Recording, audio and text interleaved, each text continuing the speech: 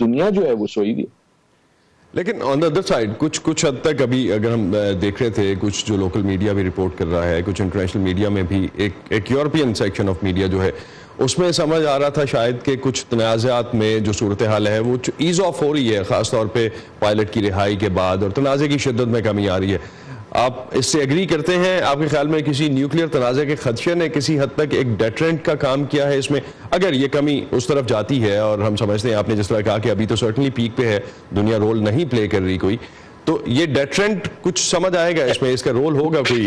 میرے خیال میں ہے, اور کل تو یقیناً مجھے زیادہ امید تھی. جو دیکھیں ایک یس ڈیٹرنٹ میرے خیال میں دونوں ممالک جو ہیں ان کی طرف سے ایک نظر آ رہا ہے, لیکن دنیا کی طرف سے نظر نہیں آ رہا. پہلی میں صرف یہ بات کہنا چاہتا ہوں کہ as the world United nations جو ہے وہ پتہ نہیں کہاں سویا ہوا ہے. 70 سال سے آپ کا ایک یونائٹڈ نیشن مشن جو ہے کہتا ہے وہ آبزرور مشن ہے. ذرا مجھے بتا دیں کیا آبزرو کیا جناب؟ آپ کے جو میجر پاورز ہیں ان کے اپنے مسائل ہیں, ڈومیسٹک اور انٹرنیشنل, امریکہ ہو یا وہ دوسرے ممالک ہوں, اسلامی ممالک ہوں.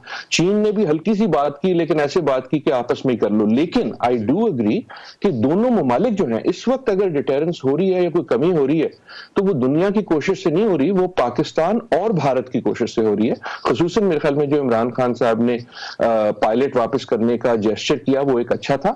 اور اس میں ایک میں چھوٹی سی بات کر دوں کہ ہم جب انڈیا اور پاکستان کی اب بات کرتے ہیں تو ہم ایک دم کہتے ہیں کہ سوشل میڈیا پہ کیا ہو رہا ہے, میڈیا پہ کیا ہو رہا ہے. میرے خیال میں ان دونوں کو بند کر دیں. دونوں جو حکومتیں ہیں ان سے جو بات آ رہی ہے وہ قدرے بہتر ہے بنسبت جو ڈرامہ چلا ہوا ہے سوشل میڈیا پہ اور میڈیا پہ ان دو ملکوں.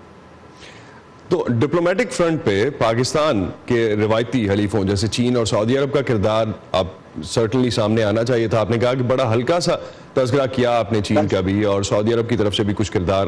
کیسے دیکھتے ہیں آپ دونوں کو؟ میرے خیال میں دونوں اس وقت انہوں نے کوشش کی ہے. چین پہلا ملک تھا جس نے پہلی سٹیٹمنٹ دی اور دونوں کو کہا یار ہاتھ ہولا رکھو, ریسٹرینٹ دکھاؤ. لیکن اس میں بھی ابھی تک وہ کود کے نہیں پڑے کہ اس وقت تک آپ کا توقع یہ ہوتی پچھلی تاریخ دیکھتے ہوئے کہ کوئی نہ کوئی ایک انٹرنیشنل ایمبیسڈر امریکہ سے, چین سے, کہیں سے آتا کہ اچھا یار آؤ میں آپ کی بات کراتا ہوں. اس وقت یہ ہے کہ دنیا جو ہے وہ کہہ رہی ہے کہ اچھا یار آپس میں تم طے کر لو. اور سچی بات یہ ہے کہ اس میں پاکستان اور بھارت کا اپنا بڑا قصور ہے کہ دنیا بھی اب تنگ آ گئی ہے کہ یار تم ہر سال جو ہے ایک تماشا کھڑا کر دیتے ہو. ایک چیز عادل میں چاہوں گا اس کو بھی ساتھ ایڈ اپ کرتے چلیں. پاکستان کا OIC کے اجلاس میں نہ جانے کا فیصلہ, اور دوسری جانب ہم نے دیکھا کہ انڈیا کا ابوظہبی میں اسلامی تعاون کی تنظیم کے اجلاس میں شریک بھی ہونا, اور شاید ایز اے مہمان خصوصی. سفارتی اعتبار سے دونوں ملکوں کے لیے یہ صورتحال کیا معنی رکھتی ہے؟ یہ میرے خیال میں بھارت کے لیے تو یقیناً یہ ایک اچھی خبر تھی. پاکستان کے لیے یہ کئی مسائل کھڑے کر دیتی ہے. یہ کہانی ابھی ختم نہیں ہوئی, تو میں دیکھنا چاہوں گا کہ آج پورے دن کیا ہوتا ہے, کل پورے دن کیا ہوتا ہے, OIC سے سٹیٹمنٹ کیا آتی ہے. اس وقت پاکستان نے جس کو وہ سفارتی لینگویج میں کہتے ہیں نا غم و غصے کا اپنا اظہار کر دیا, اور OIC کو کہہ دیا کہ یار آپ نے ان کو ڈس انوائٹ نہیں کیا تو ہمیں غم بھی ہے اور ہمیں غصہ بھی ہے اور ہم روٹ کے اب ساتھ بیٹھ جائیں گے. لیکن یقیناً یہ پاکستان کے لیے ایک اچھی چیز اس لیے نہیں ہے کہ پاکستان کی امید تو یہ تھی کہ OIC جو ہے وہ کسی طرح اپنا انویٹیشن ریسنڈ کر دے گی, اس کو کینسل کر دے گی. اور اس لحاظ سے وہ ایک ہائی ڈیمانڈ تھی پاکستان کی طرف سے, کیونکہ بہت سے جو ممالک ہیں OIC کے لیے, ان کے لیے انڈیا کو نہ بلانا شاید آسان ہوتا, لیکن بلا کے کینسل کر دینا بہت مشکل. ایک بار انویٹیشن دے دیا اس کے بعد جو ممالک جن کے تعلقات ہیں ٹریڈ کے اور امیگرینٹس کے اور دوسرے, ان کے لیے مشکل تھا. تو یہ ان وے پاکستان کے لیے تھوڑی سی لوز سچویشن تھی. لیکن کہانی ابھی ختم نہیں ہوئی. دیکھنا یہ ہے کہ OIC کے اجلاس میں اصل میں کیا ہوتا ہے, OIC کیا کہتی ہے, وہاں سے جو قرارداد نکلتی ہے جو ہر سال نکلتی تھی کشمیر کے بارے میں, وہ نکلتی ہے کہ نہیں نکلتی. It is a big story. Thank you عادل نجم. عادل نجم ہمارے ساتھ تھے, اور پرائمریلی جس طرح سے انہوں نے کہا کہ OIC کی ڈیٹیلز اب سامنے آئیں گی تو پتہ چلے گا کہ یہ کس طرح سے آگے اسٹیٹمنٹس اس پہ سامنے آتی ہیں. صدر ٹرمپ کی خواہش تھی کہ شمالی کوریا کے ساتھ ان کے مذاکرات کامیاب ہو پاتے, لیکن حال ہی میں ان کے شمالی کوریا کے رہنما کم جونگ ان سے ہنوئی میں ہونے والے مذاکرات وہ کامیابی حاصل نہیں کر پائے جس کی امید کی جا رہی تھی۔ دوسری جانب داخلی سیاسی محاذ پر بھی امریکی صدر کو کئی چیلنجز کا سامنا ہے، جس میں 2016 کے صدارتی انتخابات میں ٹرمپ کیمپین کی روس کے ساتھ مبینہ گٹھ جوڑ پر جاری تحقیقات بھی ہیں۔ اسی بارے میں ہم جانتے ہیں امان اظہر سے، جو اس وقت ہمیں کیپٹل ہل سے جوائن کر رہے ہیں۔ ان سے پوچھتے ہیں کہ مائیکل کوہن کے حوالے سے اور اس کے بعد کی ڈیولپمنٹس پہ اس وقت کیا صورتحال ہے۔ جی امان۔ جی اسد، ویسے تو اس وقت واشنگٹن میں خاصی ٹھنڈ ہے، لیکن سیاسی محاذ گرم ہے۔ جیسا آپ نے کہا، ایک معاملہ تو مائیکل کوہن کا ہے جو صدر ٹرمپ کے پرانے وکیل ہیں، اور کل یہاں پہ ہاؤس کمیٹی، جو ہاؤس کی انٹیلیجنس کمیٹی ہے، ان کے سامنے ان کی لمبی چوڑی ہیئرنگ ہوئی، 8 گھنٹے تک یہ جاری رہی۔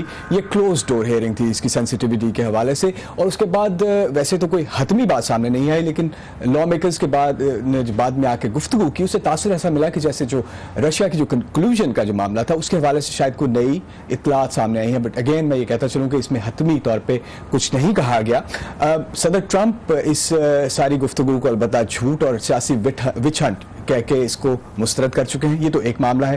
دوسرا معاملہ ملر رپورٹ کا ہے، جس کو ریلیز کیا جانا تھا لیکن نہیں کیا گیا، اور اس حوالے سے جو ایوانی نمائندگان ہیں وہاں پہ ایک لیجسلیشن کی جا رہی ہے تاکہ ڈپارٹمنٹ آف جسٹس کو پابند بنایا جائے کہ اس رپورٹ کو مینوان مکمل طور پہ ریلیز کریں، نہ کہ اس کو ریڈیکٹ کر کے یا کچھ حصے اس کے چھپا کے تو پھر پبلک ڈومین میں لایا جائے اس کو۔ تو کچھ اس طرح کی سیاسی انسرکلمنٹ کا سا محاذ ہے صدر ٹرمپ کے حوالے سے۔ تو سمٹ جو تھا صدر ٹرمپ اور کم جونگ ان کا، اس میں بھی کوئی معاہدہ چونکہ سامنے نہیں آ سکا، ایکسپیکٹیشنز تھیں واشنگٹن میں اس سے پہلے۔ اب واشنگٹن کیسے دیکھ رہا ہے اس پوری صورتحال کو؟ دیکھیں، جب یہ ہنوئی کی جو سمٹ تھی کم جونگ ان اور پریزیڈنٹ ٹرمپ کے درمیان، اس بارے میں شروع ہی سے جو ٹرمپ انتظامیہ تھی وہ کچھ کانشیس اور کوشس تھی اس کے حوالے سے کچھ اچیومنٹس کی گفتگو کرنے میں، اور اسی طرح ہوا کوئی معاہدہ سامنے نہیں آیا۔ تو بات چاہے افغانستان کی ہو یا شام کے تنازع کی ہو، لگ ایسے رہا ہے، اور یہاں تجزیاتی حلقے یہی بات کر رہے ہیں کہ اب صدر ٹرمپ اپنی فارن پالیسی کے حوالے سے کچھ اچیومنٹس دکھانا چاہتے ہیں۔ تو اسی معاملے میں یہاں کے کچھ جو تھنک ٹینک سے جو منسلک حضرات ہیں، ان سے جب ہم نے اس بارے میں پوچھا تو ان کا کیا کہنا تھا، وہ انہی کی زبانی سنیے۔ کیونکہ وہ جیتنا چاہتے ہیں، یہ وہ واحد سفارتی کامیابی ہے جس کا وہ پرچار کر سکتے ہیں۔ ہم شام سے باہر نکل رہے ہیں، ہم افغانستان سے جا رہے ہیں، ہمارے اپنے نیٹو اتحادیوں سے تعلقات خراب ہیں۔ دیکھیں، ابھی بھی 43 سے 44% عوام یہ سمجھتے ہیں کہ وہ اچھا کام کر رہے ہیں۔ یہ بری مقبولیت نہیں ہے، لیکن یہ شاید الیکشن کے اعتبار سے اتنا اچھا بھی نہیں ہے۔ تو اگر آپ اندرونی اعتبار سے اور خارجہ پالیسی کے اعتبار سے اگر ان چیزوں کو سامنے رکھیں تو 2020 کے جو الیکشن ہے اس کے حوالے سے ڈیفینیٹلی صدر ٹرمپ کے لیے چیلنجز ہیں جس کو وہ ٹیکل کرنا چاہیں گے۔ جی تھینک یو امان۔ اوپر ٹھنڈ کافی ہے، آپ بھی اپنے آپ کو ذرا سیف رکھیے گا، اور ہم دیکھتے ہیں کہ سیاست میں آگے کیا حالات بنتے ہیں۔ پاکستان کے بارے میں اہم خبروں کے لیے آئیے ہماری ویب سائٹ پر urduvoa.com، جہاں آپ اور بہت سی خبروں کے علاوہ پاکستان کے OIC اجلاس میں شریک نہ ہونے کے فیصلے کی تفصیلات بھی پڑھ سکتے ہیں۔ امریکی صدر ڈونلڈ ٹرمپ کے مطابق شام میں دولت اسلامیہ کی خلافت کا تقریباً خاتمہ ہو گیا ہے، تاہم تجزیہ کار سمجھتے ہیں کہ داعش ابھی ختم نہیں ہوئی۔ مغربی دنیا سے کچھ شہری جو شام اور عراق عسکریت پسند گروہ میں شامل ہونے وہاں گئے تھے، اب اپنے ملکوں کو واپس آنا چاہتے ہیں، اور وہاں انسانی بحران میں مزید شدت بھی آ رہی ہے۔ مزید جانتے ہیں اس رپورٹ میں۔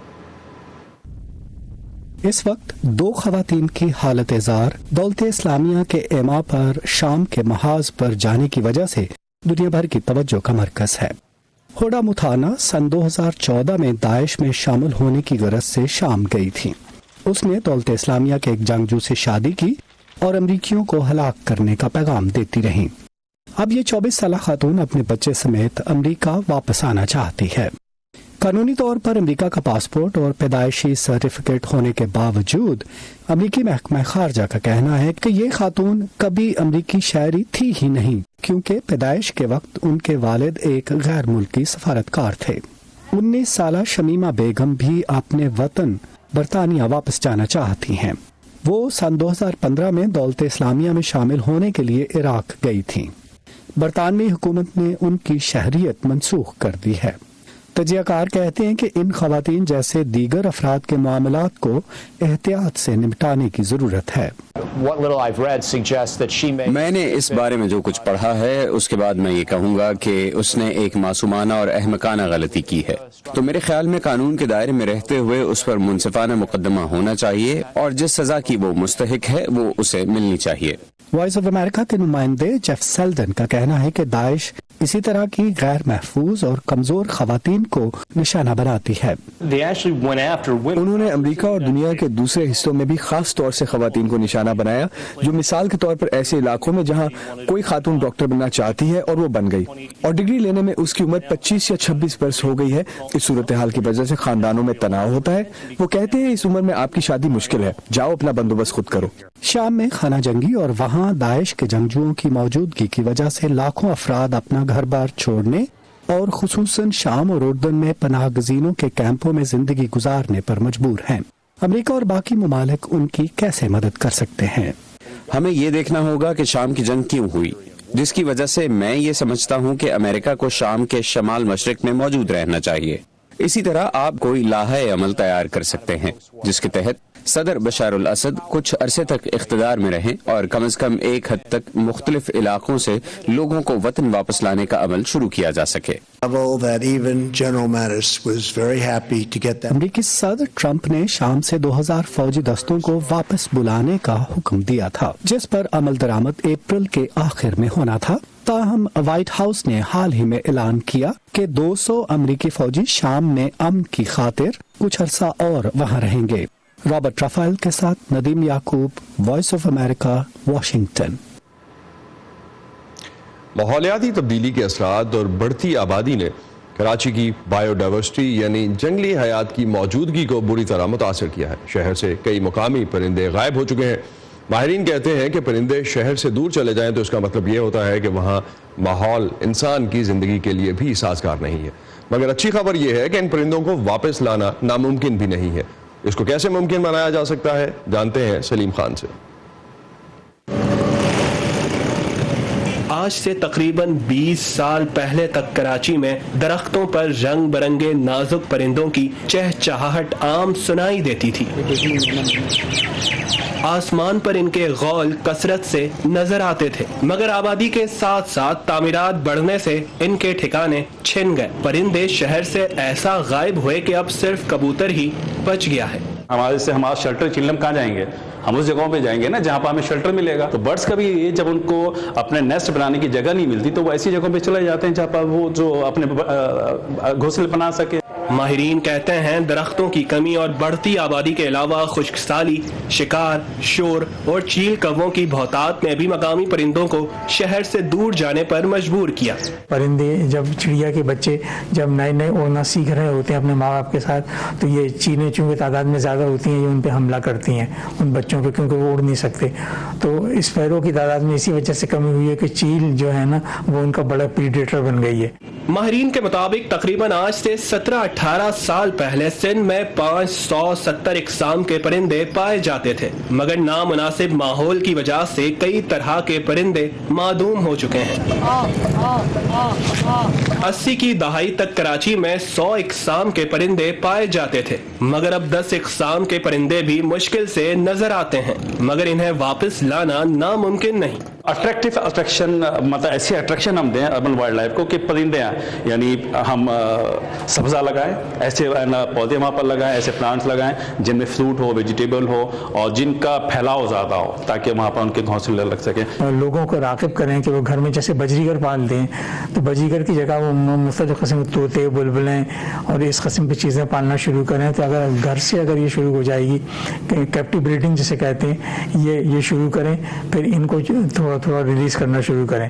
ماہرین کا کہنا ہے پرندوں کے لیے سازگار ماحول پیدا کرنے کے لیے آگاہی پھیلانا ضروری ہے، لیکن ماحول کا تحفظ صرف حکومت کی ذمہ داری نہیں، اس کے لیے ہر شہری کو اپنا کردار ادا کرنا ہوگا۔ Salim Khan, Voice of America, Karachi. امریکہ میں سردی عروج پہ ہے اور سردیوں کے موسم میں امریکہ بھر میں فاؤنٹینز یعنی فوارے آئس سکیٹنگ کے رنگ بن جاتے ہیں جہاں لوگ مل کر سردی کا مزہ اٹھاتے ہیں۔ امریکی دارالحکومت واشنگٹن ڈی سی میں قائم ایک عجائب گھر کا فوارہ بھی کئی سالوں سے سیاحوں میں بہت مقبول ہے کیونکہ یہاں لوگ آرٹ کے نادر نمونوں سے لطف اندوز ہونے کے ساتھ ساتھ سکیٹنگ کا بھی لطف اٹھاتے ہیں۔ سردیوں کا موسم بہت سے امریکیوں کے سکیٹنگ کے شوق کو پورا کرنے کا ایک موقع ہوتا ہے اور بہت سے لوگوں میں مقبول واشنگٹن ڈی سی کا یہ سکیٹنگ رنگ اس کا ایک ثبوت ہے۔ 2 سینٹی میٹر کی برف کو مشینوں کی مدد سے ہموار کر کے اسے سکیٹنگ کے لیے تیار کیا جاتا ہے۔ 2 گھنٹے کے سیشن کی رقم ادا کر کے آپ سکیٹنگ بوٹس کرائے پر لے سکتے ہیں۔ یہ سکیٹنگ رنگ 1999 سے ہر سال نیشنل گیلری آف آرٹ کے اسکلپچر گارڈن کے فرش کو تیار کر کے بنایا جاتا ہے۔ یہ مقام نہ صرف سیاحوں میں مقبول ہے بلکہ ان لوگوں کے لیے بھی باعث کشش ہے جو اس میں مہارت حاصل کرنا چاہتے ہیں۔ ان میں سے ایک 8 سالہ بیلا پورٹر ہیں جو گزشتہ 4 سال سے سکیٹنگ سیکھ رہی ہیں۔ مجھے پسند ہے کہ یہ باہر ہے، آپ تازہ ہوا میں سانس لے سکتے ہیں۔ بیلا کی ماں ایما پورٹر یہاں سکیٹنگ سکھاتی ہیں۔ وہ بچوں اور بڑوں دونوں کی حوصلہ افزائی کرتی ہیں کہ برف پر دلیری کا مظاہرہ کریں۔ جمعے کے روز ہم دوپہر کے وقت کافی کلب سکیٹنگ کی پیشکش کرتے ہیں۔ یہ 45 منٹ کی کلاس ہوتی ہے۔ یہاں مختلف طرح کے لوگ سکیٹنگ کے لیے آ سکتے ہیں اور کافی بھی انجوائے کر سکتے ہیں۔ ابتدائی کلاسوں میں ہم برف سے باہر پریکٹس کراتے ہیں اور گرنے کا محفوظ ترین طریقہ بھی سکھاتے ہیں۔ اس طرح لوگوں کا کچھ خوف دور ہو جاتا ہے۔ کیونکہ نیشنل گیلری آف آرٹ چاہتی ہے کہ آنے والے سیاح سکیٹنگ کرتے وقت میوزیم میں رکھے گئے فنی نمونوں سے بھی لطف اندوز ہوں، اس لیے سکیٹنگ رنگ کے گرد امریکی اور یورپی آرٹس کے مجسمے رکھے گئے ہیں۔ تو اگر آپ سکیٹنگ نہیں کر رہے تو پیزا یا ہاٹ چاکلیٹ کے ساتھ 21 مجسموں کا نظارہ کر سکتے ہیں۔ والدیہ بارہ پتری کی رپورٹ کے ساتھ نیلوفر مغل، وائس آف امریکہ۔ اور اب چلتے ہیں ہالی ووڈ۔ آسکر ایوارڈز کی تقریب اس ہفتے اتوار کے روز منعقد کی گئی، لیکن تقریب اب بھی خبروں کا موضوع بنی ہوئی ہے۔ مزید جانتے ہیں وردہ خلیل سے آج کے ہالی ووڈ ہائی لائٹس میں۔ بہترین اداکار کا آسکر ایوارڈ جیتنے والے رامی مالک کامیابی کی ایک نئی منزل پر پہنچ گئے ہیں۔ انہیں جیمز بانڈ فلم کی 25ویں فلم میں ولن بنانے کا کردار دیا جا رہا ہے۔ مصری نژاد اداکار رامی مالک ماضی میں ان کرداروں کو نبھانے سے انکار کرتے آئے ہیں جن میں عربوں کو منفی کردار میں دکھایا جاتا ہو۔ رپورٹس کے مطابق ابھی اس بات کا اعلان نہیں کیا گیا کہ جیمز بانڈ میں ولن یعنی رامی مالک کے کردار کی قومیت کیا ہوگی۔ آسکر ایوارڈز میں اس سال کوئی میزبان نہیں تھا، مگر تقریب کی ریٹنگز پچھلے سال کے مقابلے میں 11% بہتر رہیں۔ اس سال تقریب کو لگ بھگ 3 کروڑ لوگوں نے ٹی وی پر دیکھا۔ سب سے یادگار ترین لمحہ ثابت ہوا A Star Is Born کے فنکاروں لیڈی گاگا اور بریڈلی کوپر کی پرفارمنس کا۔ ان دونوں کی آنکھیں کیا ملی، سوشل میڈیا پر طوفان آ گیا۔ دونوں فنکاروں کے درمیان محبت کے چرچے ہونے لگے۔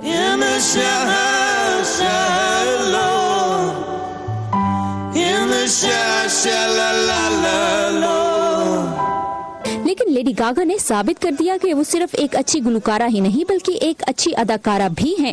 امریکی ٹی وی شو میں میزبان جمی کیمل کو لیڈی گاگا نے بتایا کہ بریڈلی کوپر کے ساتھ یہ کیمسٹری ان کے فلمی کردار کا حصہ ہے جسے انہوں نے آسکرز کے سٹیج پر پیش کیا۔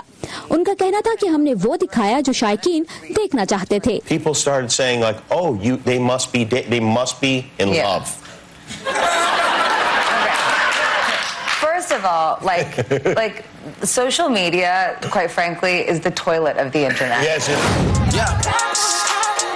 کینیڈین ریپر ڈریک بن گئے ہیں 2018 کے best selling artist. International Federation of the Phonographic Industry کی جانب سے جاری کیے گئے ڈیٹا کے مطابق 2018 میں سب سے زیادہ ڈریک کا میوزک فروخت ہوا۔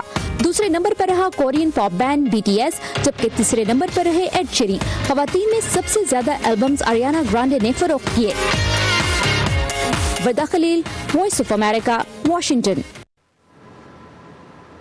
تو اگر آپ لاسٹ سنڈے کو آسکر ایوارڈز نہیں دیکھ سکے تھے تو اس دفعہ ضرور دیکھ لیجیے گا اس ویکینڈ پہ۔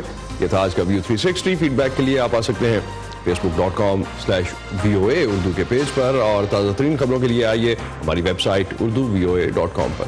اسد اللہ خالد کو اجازت دیجیے، اللہ حافظ۔